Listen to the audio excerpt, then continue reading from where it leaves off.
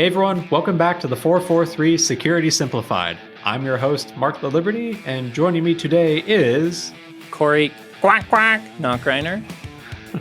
As Corey's hinting at, our first topic today is a botnet that I thought was named Qakbot, but may not be. After that, we dive into an update from the SEC on mandatory disclosure timelines for publicly traded organizations, and then end with a review of CISA's fiscal year 2022 risk and vulnerability assessment analysis. With that, let's go ahead and what do ducks do? Swim their way in? Fly their way in? Paddle Everything in. their way in? Paddle in. I need to come up with some weird witty statement and throw off my shades like that CSI guy. Let's paddle on in. Please don't. And then Who music, Who pops up and blasts all our ears. Not that we could get that past our royalties with our huge 443 security budget. I think that would be like a decade of our budget right there. Most likely is. So let's start this week. And actually, before we jump into the first story, you know how when you, every once in a while, you like see a word over and over and over again, and you always like insert letters or pronounce it wrong, like rare archives for 30 years of my life. Are you going to say this is Quake? Is Quake what you were thinking, Mark? So ever since I first started reading about this particular botnet we're about to talk about, I've always called it Qakbot. And I'm realizing it's probably more accurately Qakbot. Q-A-K. With the spelling, but I'm with you. I'm like, quack, quack, Qakbot. Yeah. It definitely, maybe it was a misspelling one time, but I kind of call it Qakbot too. But I think you're right. The way it is literally spelled is probably Qakbot. How do you even pronounce Q without a U? Kak. Does it turn into a C and that's why we do Qakbot? I don't know. English is a screwed up language, especially American English. Yes, it is. Very much so. So continuing on that trend of screwed up language, as we just hinted at, we're going to be discussing a report on Qakbot or Qbot, or I'm going to call it Qakbot because it's more fun. So Zscaler's research team just put out a report last week highlighting some of the latest evolutions of this botnet. It's been around since 2007. And it focuses primarily on credential theft from web browsers. Think of it as like a typical banking Trojan style botnet. But it also includes mechanisms for delivering additional payloads, sometimes Cobalt Strike beacons, and sometimes ransomware.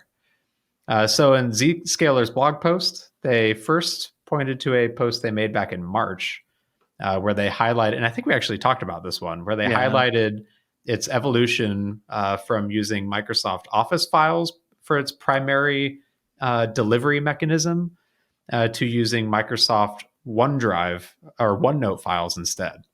So if in January, Microsoft started blocking Office macros by default for anything downloaded from unsafe locations like the internet or email attachments. And Qakbot, Qakbot, whatever, and the others had to transition to other delivery vehicles, and OneNote files were one of them. They also note that they saw a significant activity decline from Qakbot, Qakbot, Qbot in the month of June. They think there might have been a pause in the threat actors' operations. But up until and including June, there's actually been almost monthly iterations and changes to how this botnet is delivered. And they're pretty interesting. So back in January or so, they started using OneNote files. But pretty soon after that, they started shifting to PDF and HTML files as that initial vector. All of these are attached to an email that comes through, some form of mal spam, as they call it. So just a phish, typically like carpet bomb to a whole bunch of individuals, rarely attached to a spearfish. But so if we look at the PDF one first, so it starts by downloading a obfuscated JavaScript file that's typically named after something like an invoice or attachment or something generic like that. Creates a registry key and adds a base64 encoded PowerShell command, that then goes and downloads the actual Qakbot DLL and executes it. So at the end of the day, Qbot, Qakbot, Qakbot, it's a library, a DLL, that it uses other mechanisms into and executing. The malicious HTML file that they saw around the same time is pretty similar. It's designed to look like a just innocuous website, but it ultimately downloads a password-protected zip archive, which it then unpacks, pulls out obfuscated JavaScript, which then executes PowerShell, which then grabs Qakbot. So you can see a trend here in the early months of this year, where most of its activity involves some sort of loader running PowerShell ultimately to then go get this DLL file. Some other analyzed samples they had, though, actually starts with other malicious files that then download so as an example, a OneDrive file or OneNote file, that goes and downloads a zip archive that contains an HTA file. I think we've talked about those before. HTML application. Yep. Yeah. So a way to kind of before, the Electron and other JavaScript powered local web apps, this is a way to basically run an application with HTML files. They showed one example of a PDF that it looks like an Office 365 page. It says this document contains files from the cloud. To view them, click the open button. And if you click that open button, it then downloads that zip archive, extracts the HTA file, which then executes using mshta.exe, so the local runtime for running those files, runs PowerShell, gets Qakbot. They had other vectors, though. There's one that I admittedly was not familiar with until about 2 hours ago. So one of the other vectors involves Microsoft Excel add-ins, which are XLL files. Corey, have you ever used an Excel add-in file? I have not. So, are they formatted like DLLs? I mean, no, or am I just reading too much into the extension? Similarly. Think of it like a macro pack, I guess, where it's a Office-based language where it's got like export functions and things you can call in it, but it's not a traditional DLL. But it is still kind of a library of functions in the same way a dynamic link library is just a library of code functions. But in this case, it's Excel macro language. And every Microsoft Office application has its own type of these add-on packs. So Windows, it's .wll files. Excel, it's .xll files. Funny enough, the Windows or the Word versions of this, you can only run them if they're saved in a pretty specific and secure directory. Whereas the Excel version of this, you can literally download it from an email attachment, open it, and it will open it within Excel without any issue. Now, it does give a pretty prominent pop-up saying there's a potential security concern, and it asks the user if they want to enable that add-in, but you can still social engineer a way around that. It's not a hard block like the macro blocking that Microsoft does on files that you cannot get around without going extremely out of your way. In April, they analyzed attacks that were using Windows script files, so WSF files, to go grab Qakbot using a XML HTTP request, which actually completely replaced PowerShell at this point. So PowerShell, it seems like the easy tool to use, but maybe they're realizing EDR tools are really catching on to obfuscated PowerShell commands, and they had to pivot to something else like a Windows script file. I don't know. In May, it added even more sophistication. So now it includes indirect command execution, DLL side loading for the actual Qakbot library itself. Still involves phishing messages, delivering that WSF file, but now it also uses conhost.exe as a kind of intermediary to carry out the commands. So they had an example where it was a zip archive that contained a executable file that loads a hidden DLL and uses curl to go grab the Qakbot payload. All of this executed through conhost.exe. So basically, long story short, welcome to all the lolbass binaries you need for living off the land. We got MSHTA, conhost, and more. Exactly. It very much seems like they're using these living off the land techniques to ultimately go grab their malware library and then execute it on Yeah. the system. By the way, I just threw out the word lolboss, and probably no one knows what. Well, some people know, but if you No don't, one there's does. It's your a secret only. GitHub. Yeah. Only we are elite enough to know about this totally public GitHub. But it's the living off the land binaries and scripts GitHub, where you can see very common Windows, scripts and executables that are used for exactly what Qakbot is using them for. Yep. And I mean, the good news is from a defender standpoint, like just because it's living off the land doesn't mean you can't catch this activity. Yeah. Like ultimately, that malicious DLL, you can still catch that, even potentially with basic endpoint protection. But the rest of this, like the living off the land techniques of, obfuscated PowerShell commands, or executing commands through conhost.exe, or executing a script that was unpacked from a zip archive. These are all IOAs that most EDR tools can and likely do detect. Whoop whoop. WatchGuard EPDR. Sorry, Exactly. had to do it, Mark. There you go. Product placement. Got to keep our paychecks rolling. Yeah, we need our lights on so we can keep doing the podcast. Yes, absolutely. This is why I live my life, to do this podcast. The one Don't last tell thing my to wife. report, one last thing from the report I wanted to highlight before we move on is they actually they tracked the command and control server locations for Qakbot, and the overwhelming majority of them were in the United States, with a distant following from Great Britain, India, Canada, and France. And I don't know about you, but I've had a few interactions with just end user sysadmins recently where they ask the question of, should I be blocking Russia and China's address space? What level of protection will that give me for my organization?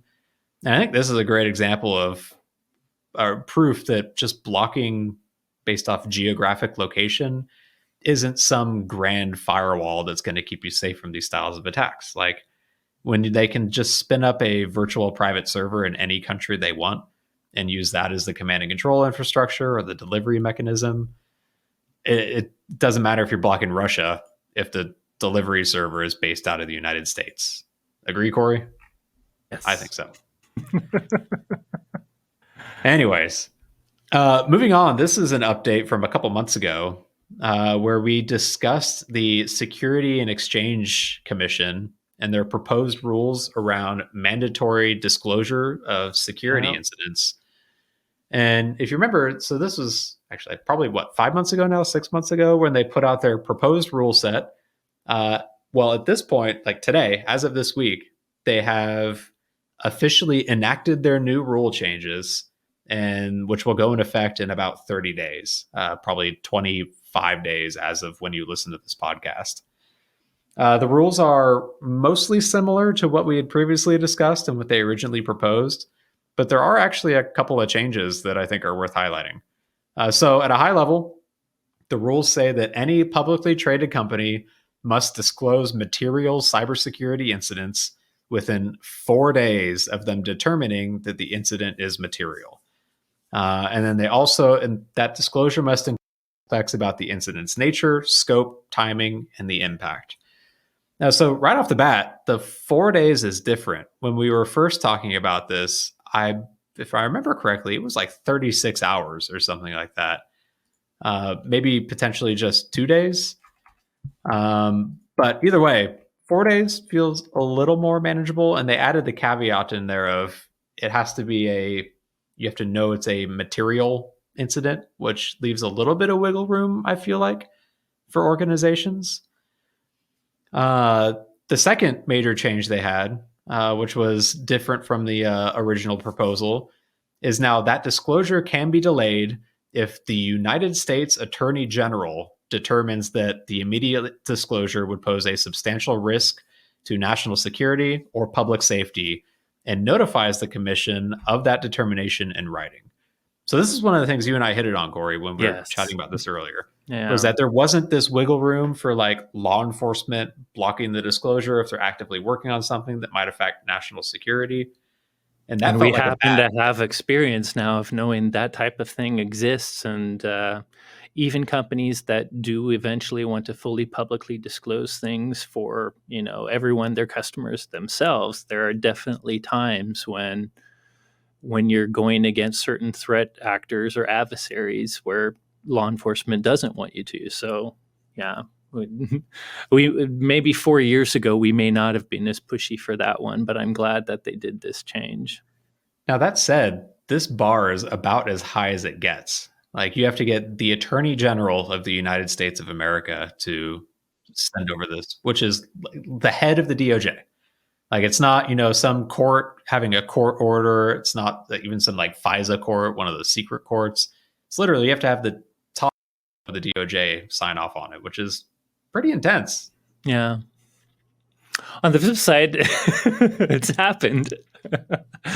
Humble brag, but you and I have neat little certificates that are signed by the head of the FBI, and even that wouldn't be lots enough, of though. big Mr. honchos. Christopher Wray signing off on I it would get not it. be The able to- DOJ is different, but guess who sent subpoenas for various things to us? Yeah, exactly. So, anyways, that's one major change. Additionally, with these new rules, any organization that's publicly traded will also need to, as part of their annual filings, describe their process, if any. That's my favorite part of the quote. Your process, if any, recognizing some organizations may not have this process. For assessing, identifying, and managing material risk from We cybersecurity laugh at threats. like that if any shouldn't be there, but sometimes in my more cynical days, Mark, I feel like the if any is the majority. I hope that's not the case. A lot of companies spend, like us, so much time making sure that that process is good and updated, but I feel like as much as we joke about that if any, could that be the default?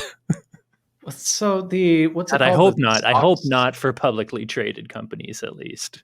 The Sarbanes-Oxley Act, one of Starbucks, the main yeah. rules around Sarbanes-Oxley. publicly traded organizations. It has rules in there relating to cybersecurity. So my hope would be if you are a publicly traded company, you at least have something. Process. Yeah. So the if any does feel a little like suspicious one. Yeah. So the final bit of this is all mostly geared towards publicly traded companies in the US, but they also said or enacted similar rules for foreign private issuers as well too. So other organizations overseas that potentially issue certificates to individuals in the United States will be under not identical, but very similar disclosure rules too. So I think, you and I are both very much for disclosure. In fact, sometimes mandatory disclosure feels like regulated mandatory disclosure feels like the only way we get that. But I don't know, 4 days feels more manageable. It's less than CISA's 24 hours or 72 hours for major incidents and critical infrastructure. And at least there is that avenue out that can help protect a ongoing operation against the Russian GRU from being foiled by the SEC. So I don't know. Whatever. Overall, good. From my perspective, I think it's good. Yeah. I'm glad they adjust. We both want mandatory disclosure. I was worried about them being too aggressive for time, but I feel like they found a medium that should work. So moving on to the last story today. Speaking of CISA, and speaking of CISA on almost every single episode that we put out of this podcast lately, one of the many benefits that CISA provides to its constituents is that it offers what's called a risk and vulnerability assessment for free. It's basically a one-time engagement with the organization that results in a actionable risk analysis report containing prioritized remediation recommendations. It also includes penetration testing and configuration review for that report. Again, all free. If you are a critical infrastructure organization, which that encompasses a lot of different verticals, you can actually shoot an email to your local CISA office to request being added to the list to get one of these done. So once a year, CISA tabulates the results from all of their RVAs, their risk and vulnerability assessments, and then puts out a report kind of highlighting what the threat landscape is from a risk perspective for critical infrastructure and federal and civilian branches. So they just released their fiscal year 2022 report, which contains an analysis from 121 RVAs across a bunch of different critical infrastructure sectors. And in the report, they map it all to the MITRE ATT&CK framework, so it's really easy to parse from even executives like Corey that don't do anything hands-on anymore and probably don't understand anything in security. What is and this? NMUP? What's NMUP? I play with Metasploit. Okay, exactly. And What's you a even pulled me on command that one. So in the report, they focused on one sample attack path that CISA developed in partnership with the U.S. Coast Guard, which I thought was kind of funny. Like I always picture the Air Force as the main like cybersecurity branch of the military. I know every single branch of the military has like some cybersecurity operations, but I don't know. Maybe it's just because I saw so many commercials. It feels like the Air Force is mostly the ones doing everything in cyber. So it's interesting seeing the Coast Guard being the one co-opted on this kind of standard that they followed. Maybe they developed it while flying around in the rescue helicopters, saving stricken boat passengers. I thought once Trump made the Space Force, they became the de facto cybersecurity people. No? I guess satellites are in space and they pass data. Please no. Let's roll with this. Okay. Space Force, they've got satellites. That could be an argument for it. Air Force, technical though, IT communications everywhere. Yeah. The bulk of or a lot of our communications go over some form of wireless signal in the air, though. So that's also, I think, why I've got this potentially false assumption that it's the Air Force. We do have a lot of undersea cables, so maybe the Navy should be the primary actor in cybersecurity. And I don't know. The Army and my Army friends have trucks they drive into other people's countries that need their communication systems up and going. So hey, we need it everywhere. Yeah, I don't know. Anyways, so this kind of sample attack path they developed, it covers 11 of the MITRE ATT&CK framework's 10 tactics, along with a swath of techniques for each tactic that they test out. And basically, they go through this sample attack and they try and see what worked to get into the organization to achieve their actions on the objective. So, as an example, starting with the tactic initial access, so TA number 1, in the RVA analysis, they revealed that the technique 1078, which is valid accounts, was the most common successful attack technique, responsible for 54% of successful attempts. This feels pretty true. Exactly right. Yes. So they note that valid accounts, it could be like a former employee account that wasn't removed or a default admin account. It can be attained through either intel, so buying access to that credential on the underground, password guessing, phishing, stealing it from the individual. And of these successful attacks, or at least initial access tactics, 54% of them were from valid accounts specifically. You're going to see a trend here, but before we move into the other tactics, to give you some additional context for initial access, the second most common technique was spear phishing links, which was 33% of successful attempts. Spear phishing attachments was only 3.3%, though. So a order of magnitude fewer for attachments versus links. External remote services was 2.9%. Drive-by compromise was 1.9%. And exploiting publicly facing applications was only 1.4%. Wow. All of that checks out, though. I'm actually also not surprised links are bigger in email now than attachments, even though attachments started the problem years ago. So makes sense. It is weird that links are a bigger problem, but drive-bys are only 1%. But that also suggests that the links are going to phishing, not exploits. Yep.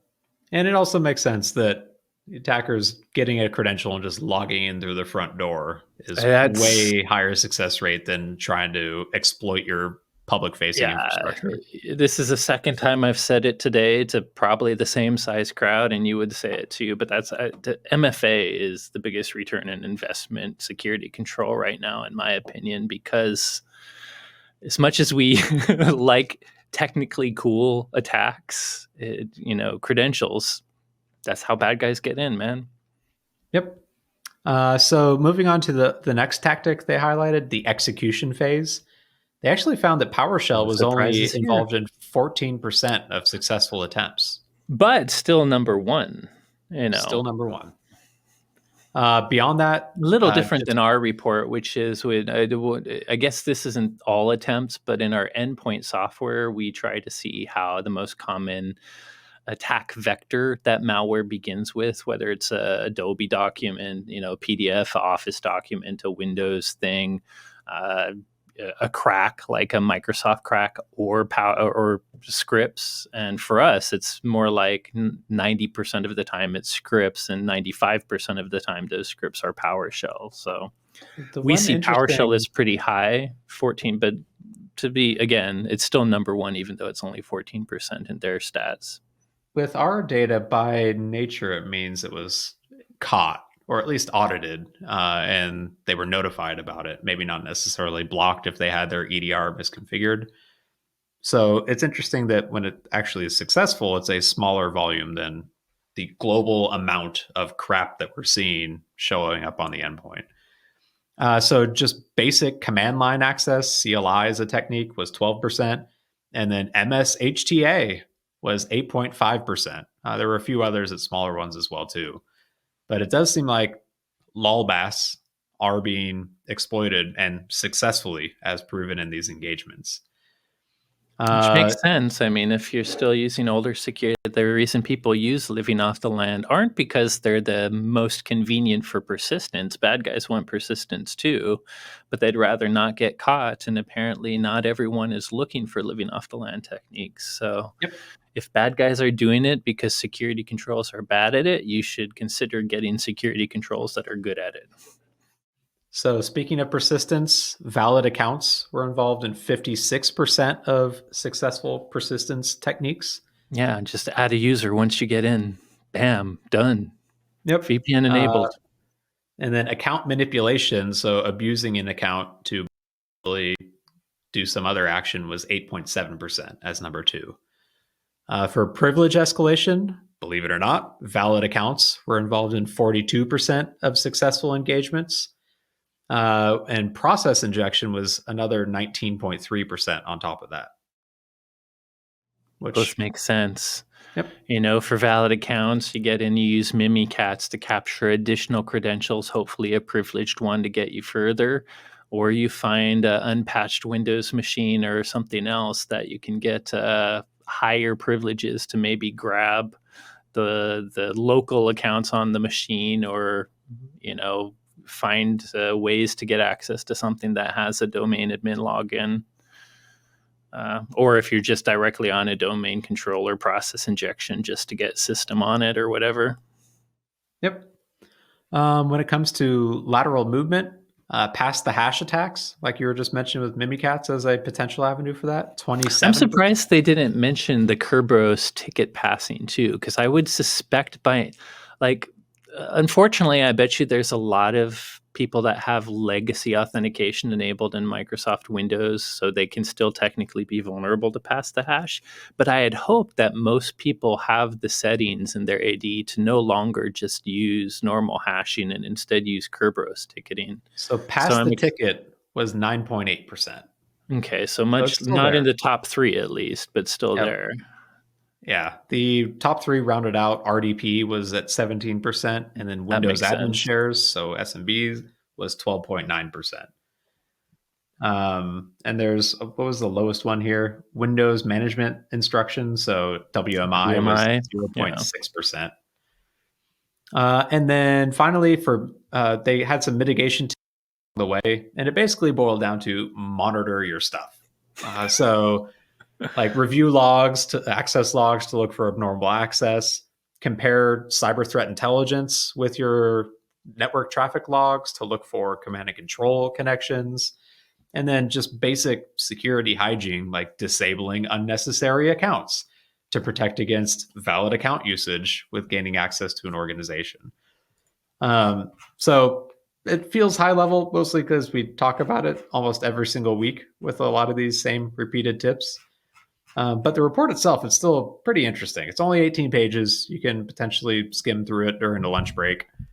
I thought it was cool from this perspective of seeing how they were successfully able to penetration test a government organization or critical infrastructure sector.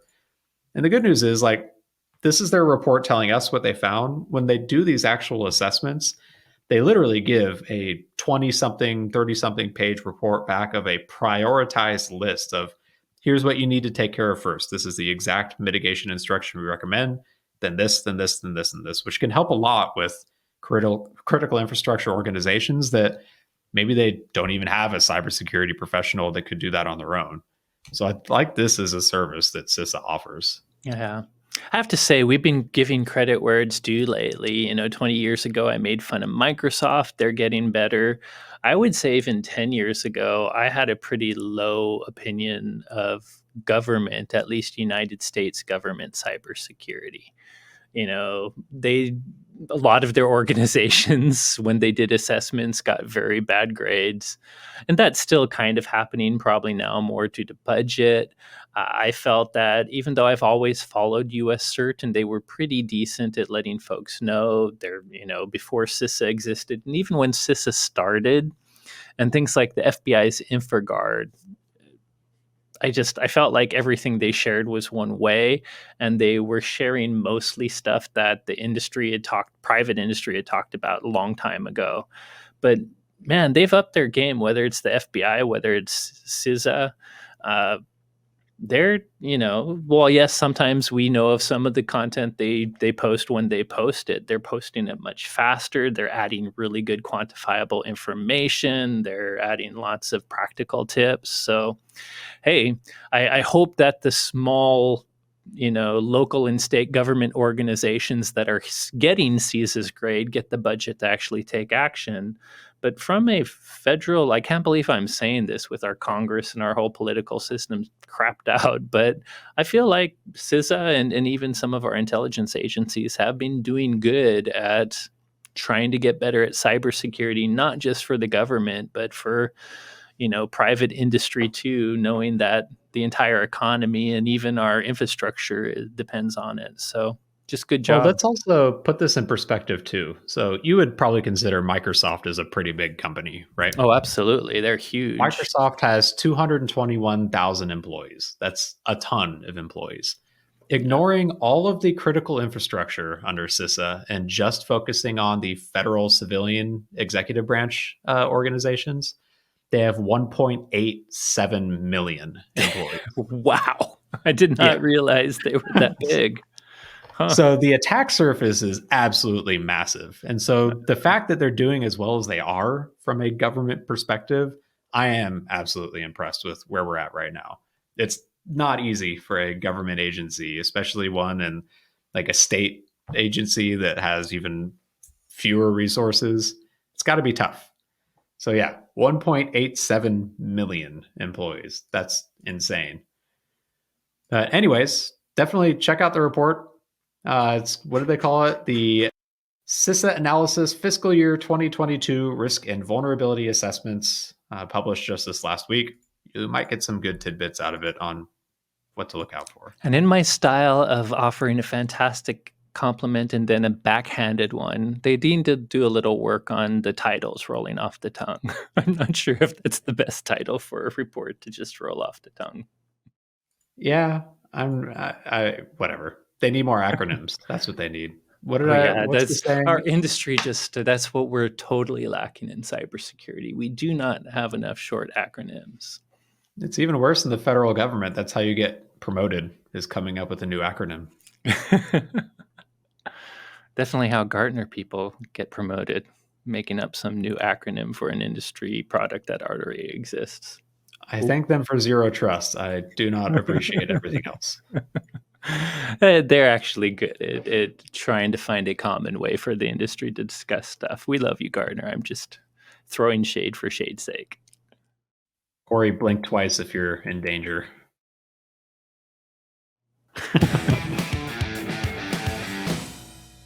Hey everyone, thanks again for listening. As always, if you enjoyed today's episode, please don't forget to rate, review, and subscribe. If you have any questions for today's topics or suggestions for future episode topics, you can reach out to us on X. I'm at XORRO_. Corey's at SecAdept. And the both of us are at Twitter. I don't care. called Screw the X. icon. It's Twitter. They even got half I'm the not name. zeeting. I'm not going to zeet at anybody. No. Oh wait, I'm sorry for the list. We're not going to make fun of Musk anymore. Never mind. Yes, reach out to us on zeet us on X. Do you even pronounce that particular formulaic mathematical symbol as X? It doesn't have a pronunciation. Freaking 1%er bullcrap. Sorry. Yep. I wish I had $44 billion to throw away into nothing. Anyways, hashtag the 443 podcast. Thanks again for listening, and you'll hear from us next week. Longest intro or outro ever. Sorry.